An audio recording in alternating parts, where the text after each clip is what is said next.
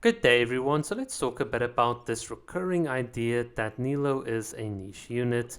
A lot of people have criticized the character and saying that she's only really useful when you have Dendro and Hydra units on the team, and I find that argument to be incredibly silly because within this niche that people talk about, she enables so many different team comps, so many different units, and it's really remarkable that one character can give you access to quite a large part of the Genshin cast. I mean, it's all the Dendro and Hydro units. Now, obviously, some of the team combinations are clearly much better than others. So, for instance, you really don't want to run something like a Technery in a Nilou Bloom team, but you can. Nothing prevents you from doing so.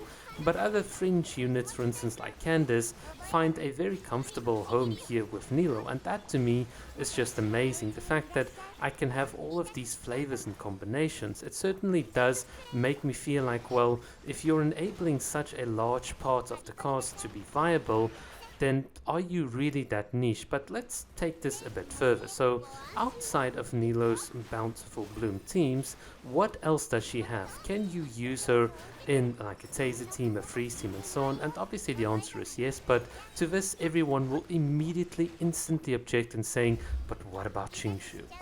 Because if you don't say that, then you don't know what you're talking about. If you don't show Spiral Abyss Floor 12 footage, then whatever argument you make is not going to be valid. And this is the really weird thing to me because Nilou herself actually can work in these other teams. Yes, not as good as if you had Kokomi or Qingshu or whatever, but it's not like we are really struggling on floor 12. Now, obviously, if I said I don't struggle on floors 9, 10, 11 of the overworld with a Nilou Hyper Bloom or Freeze team, you won't take it seriously. But here in floor 12, it's not really that difficult. Yes, it's not as fast as perhaps some of the other teams, but realistically, what are we actually trying to achieve in the Spiral Abyss?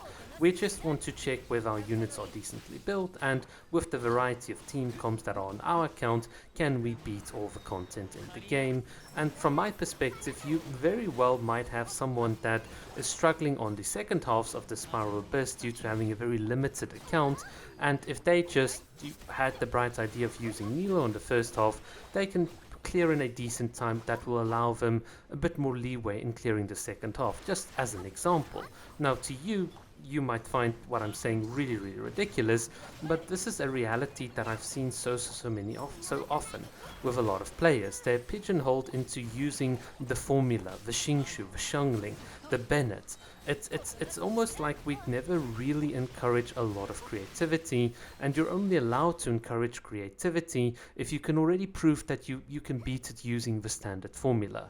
And once you do beat it without using the standard formula, so basically you've run Nilou through floor 12, you've run Nilou in the overworld outside of her bountiful core teams, and you've had a lot of fun, then people are going to say, ooh, doesn't matter, or it's a bad take.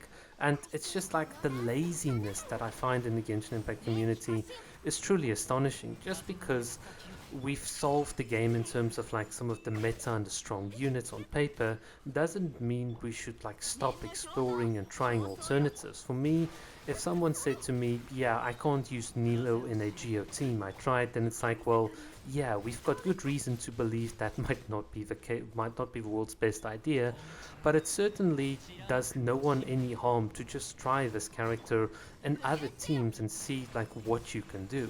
So let me reiterate, you can use Nilou outside of her Bountiful Bloom teams precisely because she is a Hydro unit, the best element in the game.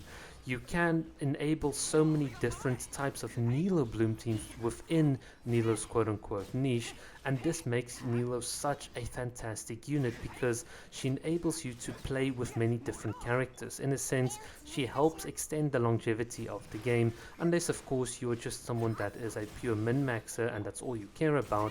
But for the rest of us that really want to get our time and our money's worth when it comes to playing Genshin, I think this is such a good character. She really enables quite a lot. Yes, she is not a Bennett or a Kazuo in any sort of sense, or a Nahida, but let's give credit where credit's due. Nilou is really a very, very good unit, just like Kokomi is, and hopefully more and more people will start to understand and appreciate the character.